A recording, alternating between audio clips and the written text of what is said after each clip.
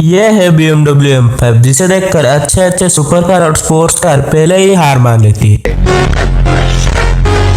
जैसे Portia 911 turbo,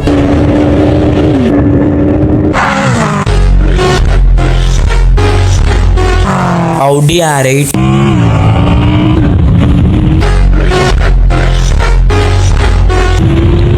in fact ये थोड़े मोड्स के बाद फरारी 488 जैसे कार्स को भी लपेट देती है।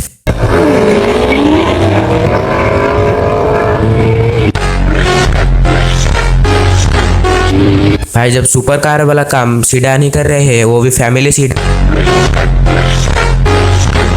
वो भी उनके आधे से भी आधे दाम में, तो BMW को क्या ही जरूरत है सुपर कार्स बनाने की। That's why M5 को सुपर कार किलर भी कहा जाता है।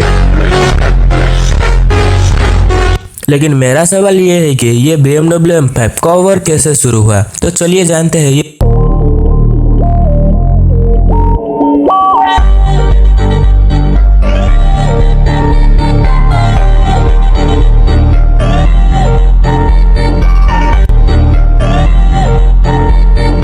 तो क्या आपको पता है BMW M5 के अभी तक 7 जनरेशन आ चुके हैं। सबसे पहले BMW M5 है BMW M5 E28 जो बहुत ही क्लासिकल लुक देती है और 282 से 286 हॉर्स पावर तक प्रोड्यूस करती है और उसके साथ 340 Nm का टॉर्क जो 0 से 100 तक का स्पीड सिर्फ 6.5 सेकंड्स में कंप्लीट कर लेती। मतलब अब की ले लो Audi A4 जो 0 से 100 तक की स्पीड 7.1 सेकंड्स में कंप्लीट कर लेती है।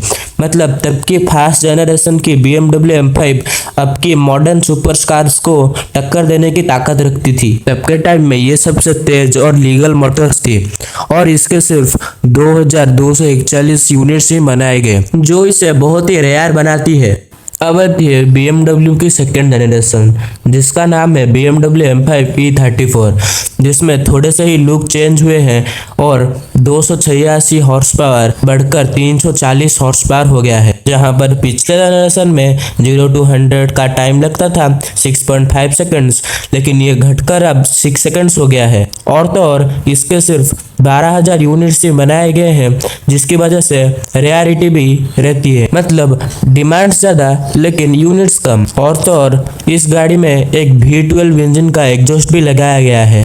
फिर 1998 में लॉन्च होती है BMW की थर्ड जनरेशन BMW E39 जिसमें लुक में थोड़े से चेंजेस आ गए। मतलब किडनी गिल थोड़े चौड़े कर दिए गए और इंटीरियर भी मॉडर्न कर दिए गए। मतलब 90s की कार में मॉडर्न फील। लेकिन सबसे बड़ा चेंज तो इसके इंजन से में हुआ।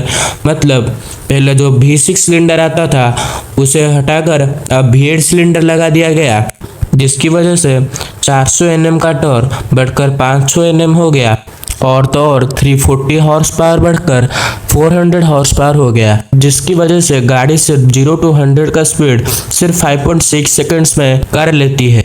जैसे कि हम सबको उम्मीद था ये BMW M5 3 जनरेशन में से सबसे अच्छा BMW M5 है। इस थर्ड जनरेशन की BMW के लिए जो BMW के प्रोजेक्ट हेड थे उन्होंने एक स्टेटमेंट दी कि this BMW M5 is the most successful car we have brought out so फार।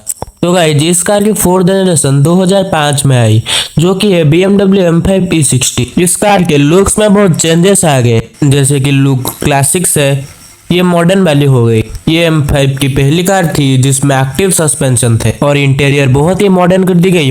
मतलब आप रेस मोड भी सेट कर सकते हैं और इसमें ऑटोमेटिक गियर बॉक्स भी आ गए। लेकिन सबसे बड़ा चेंज था इसके इंजन से में। मतलब अब V8 के इंजन की जगह V10 इंजन आ गया था। ये BMW M5 की पहली ऐसी जनरेशन और आखिरी ऐसी जनरेशन थी जिसमें V10 इंजन था। मतलब 507 हॉर्स पावर के साथ 0 to 100 सिर्फ 4.7 सेकंड्स। अब आई BMW की fifth generation BMW M5 F90 जो कि लॉन्च हुई 2011। इसी जनरेशन के बाद से BMW M5 को बच्चे भी जानने लगे। जैसा कि मैंने कहा था V10 इंजन सिर्फ BMW E60 में आता है, तो इस BMW M5 में V8 इंजन आता है लेकिन ट्विन टर्बोचार्जर में, जो प्रोड्यूस करती है 560 हॉर्स पावर और 680 Nm का टॉर्क, जिसकी वजह से 0 to 100 का स्पीड सिर्फ 1.1 सेकंड में यह अचीव कर लेती। इसमें एम ड्राइव्स का भी बटन मिलता है और इसी जनरेशन के बाद से कंपटीशन का सीरीज आया है, जिसके बाद से BMW के और सीरीज में भी कंपटीशन के सीरीज आने लगे। और अब आती है आपकी और मेरी फेवरेट BMW M5 F90, जो कि है BMW M5 की 6th जनरेशन और जो कि इंट्रोड्यूस हुआ 2017 में। इस ऑल व्हील ड्राइव का इंट्रोडक्शन हुआ और इसमें 4.4 लीटर का V8 इंजन मिलता था, जो प्रोड्यूस करता था 635 हॉर्स पावर और 750 Nm का टॉर्क, जिसकी वजह से 0 to 100 का स्पीड सिर्फ 3.3 सेकंड्स। और इसे लाइट वेट बनाने के लिए इसमें कार्बन फाइबर्स के पार्ट्स का यूज किया गया था।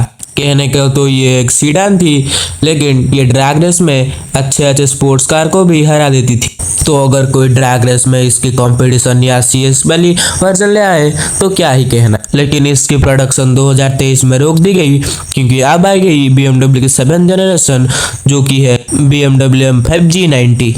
ये अभी तक का सबसे वर्स्ट एवर BMW M5 है क्योंकि इसका लुक बहुत ही बेकार है और इसका वेट 580 किलो से बढ़ गया है। मतलब BMW M5 F90 का 1865 किलो और G90 का 245 किलो। कहने को तो ये एक परफॉर्मेंस सीडान है, लेकिन वेट के मामले में एक फोर्ड F1 ट्रक लगती है।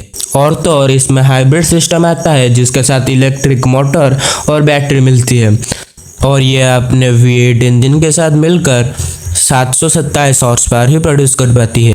हाइब्रिड सिस्टम तो अब भी ठीक है, लेकिन अगर इसके नेक्स्ट जनरेशन इलेक्ट्रिक आई तब क्या? तो हाँ, BMW M5 एक सीडान ही नहीं, एक इंजीनियरिंग मास्टरपीस है जिससे हम सब एग्री करते हैं। बाकी आप कमेंट्स करके बताओ आपकी फेवरेट कौन सी जनरेशन है।